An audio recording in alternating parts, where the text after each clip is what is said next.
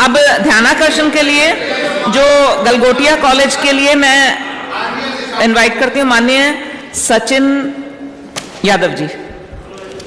अधिष्ठाता महोदय, आपने नियम 56 पर जो अभी हमारे यहाँ एआई इम्पैक्ट समिट 2026 का चल रहा है, वहां पर हमारे उत्तर प्रदेश की एक प्राइवेट यूनिवर्सिटी गलगोटिया यूनिवर्सिटी ने वहां पर चाइनीज प्रोडक्ट को अपना बताकर हमारे प्रदेश, हमारे देश का मजाक पूरे विश्व में बनाया है। उस विषय पे मुझे बोलने का अवसर दिया, उसके लिए मैं आपको धन्यवाद देता हूं। 1.5-2 मिनट में कर लीजिएगा। जी मैम, फिनिश। बिल्कुल टाइम से।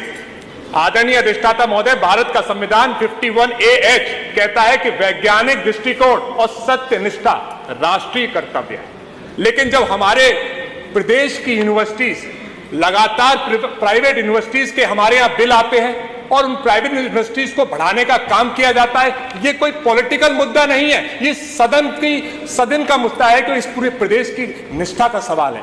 जब हमारी प्राइवेट यूनिवर्सिटीज बन जाती हैं तो इस तरह से विश्व के मंच पर, देश के मंच पर हमारे प्रदेश का नाम बदनाम करने का काम करती हैं, उनकी जांच भी होनी चाहिए और उन पर कार्रवाई भी होनी चाहिए। हम लोगों ने इसी देश में, इसी प्रदेश में आत्मनिर्भर का सपना देखा, बहुत बार बीजेपी सरकार ने इस पर बात की। मेक इन इंडिया का सपना देखा, बहुत बार इस सदन में उसकी चर्चा हुई।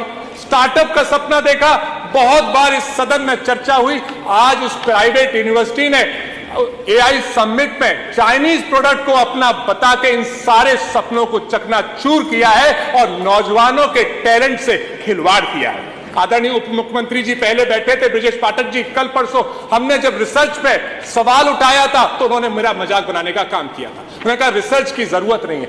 अब जब रिसर्च यूनिवर्सिटीज में होंगी नहीं, या इस तरह की गलगोटिया यूनिवर्सिटी ने जैसे रिसर्च किया है ऐसी रिसर्च करेंगे जहां पे चाइनीज प्रोडक्ट को अपना बताएंगे, तो कैसे हमारा प्रदेश आगे बढ़ेगा। तो आदरणीय अधिष्ठाता महोदय, मैं आपसे, क्योंकि आपने समय बहुत कम दिया है, मैं आपसे यही मांग करता हूं कि बिना वेरिफिकेशन के हमारा जब प्रोडक्ट नहीं था तो कैसे एआई समिट में पहुंचा, ये कहीं ना कहीं गवर्नमेंट की भी जिम्मेदारी है कि फोटो शूट कराने के अलावा उनको वेरिफिकेशन करना चाहिए था कि एआई समिट में जो प्रोडक्ट्स पहुंच रहे हैं या जो यूनिवर्सिटीज पहुंच रही हैं, क्या वो सचमुच रिसर्च करके अपने प्रोडक्ट्स बना रही हैं या नहीं, और इसकी जिम्मेदारी तय करनी चाहिए थी। इसलिए आपके माध्यम से मैं सरकार से अनुरोध करूंगा कि क्योंकि मेरे बहुत से दोस्तों का अमेरिका से तक फोन आया कि आपकी मजाक बन रही है, तो मैं आपके माध्यम से सरकार से अनुरोध करूंगा कि इस विषय की गहनता से जांच हो और इस विषय पर कठोर कार्रवाई हो, जिससे आगे कोई भी प्राइवेट यूनिवर्सिटी ऐसा कदम ना उठा पाए। बहुत बहुत धन्यवाद। माननीय तेज प्रताप जी बोलेंगे क्या?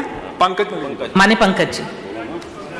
महोदय, डिग्री नहीं दक्षता से देश आगे बढ़ता है। सच्चा शोध ही भविष्य का रास्ता करता है। यह वास्तविकता में हमारे आने वाली पीढ़ी के भविष्य पर प्रश्न चिन्ह खड़ा करता है। इतनी बड़ी यूनिवर्सिटी, इतने बच्चे पढ़ते हैं मान्यवर, और मान्यवर चूंकि वो विश्वविद्यालय उत्तर प्रदेश में स्थित है, यही संचालित है, इसकी जवाबदेही व नियामक निगरानी राज्य सरकार के दायरे में आती है। मान्यवर यह विषय केवल एक संस्थान तक सीमित न होकर देश की शैक्षिक विश्वसनीयता, वैज्ञानिक सत्यनिष्ठा, वैश्विक मंच और हमारे भविष्य से जुड़ा हुआ है। हमारे देश के भविष्य में प्रश्न चिन्ह खड़ा करता है, प्रतिष्ठा से जुड़ा हुआ है। हमारे यहाँ बहुत काबिल लोग हैं।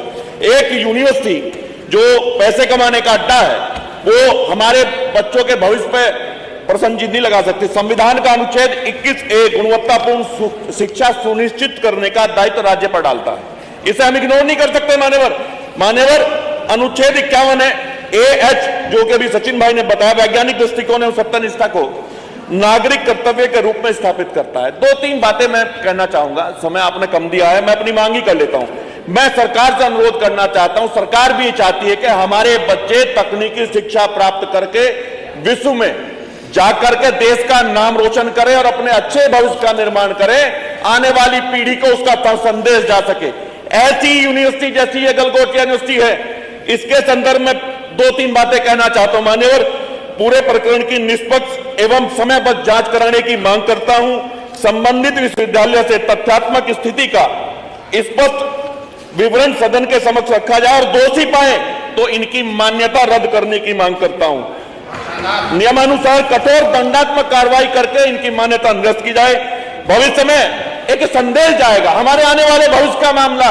अगर इस तरह से भ्रामक प्रस्तुति कोई करेगा तो वो डरेगा और हमारे आने वाले भविष्य को हमारी नौजवान पीढ़ी का भविष्य मजबूत करने का काम होगा। धन्यवाद आपका। Thank you.